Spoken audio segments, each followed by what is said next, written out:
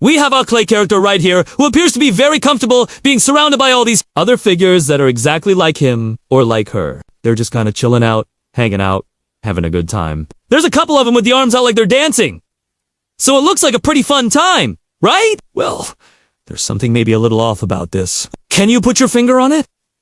What do you think this video is about? Drop a comment so we can talk about it. So this person is surrounded by all these other people, right? And at first glance, it might seem like a pretty nice thing. It seems like a good idea to surround yourself with people who are like-minded, right? People who think the same way that you do. You know? Sometimes it's nice to be around people who get it, who understand where you're coming from, who have similar opinions and beliefs and values as you do. But the problem with that is that while it may feel nice and comfortable and safe to be surrounded by people who are just like you, it can also be a bit isolating. You see, when you're only around people who are just like you, it can be easy to start thinking that your way of thinking is the only way. Your beliefs and values become the only truth. And that can lead to a lot of echo chambers and groupthink. And what happens then is you stop getting exposed to different ideas and perspectives, right? You stop growing. And when you stop growing, you stop learning. And when you stop learning, you stop discovering who you really are. Because a big part of discovering who we are is trying new things. Getting outside of our comfort zone, experiencing life in different ways, and learning from it. But if we be just surrounded by the same four walls and the same people and the same ideas over and over again, well, we're not gonna grow.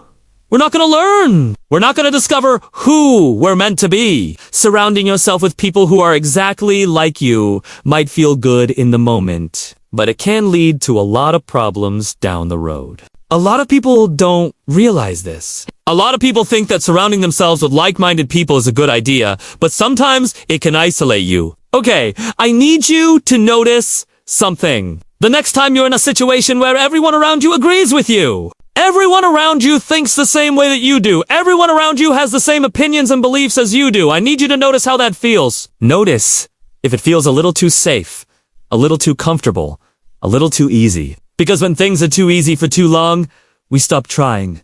We stop growing. We stop learning. What if you in a group of friends or a group of colleagues or a group of family members and you the only one who thinks differently? What would happen if you spoke up? How would that feel?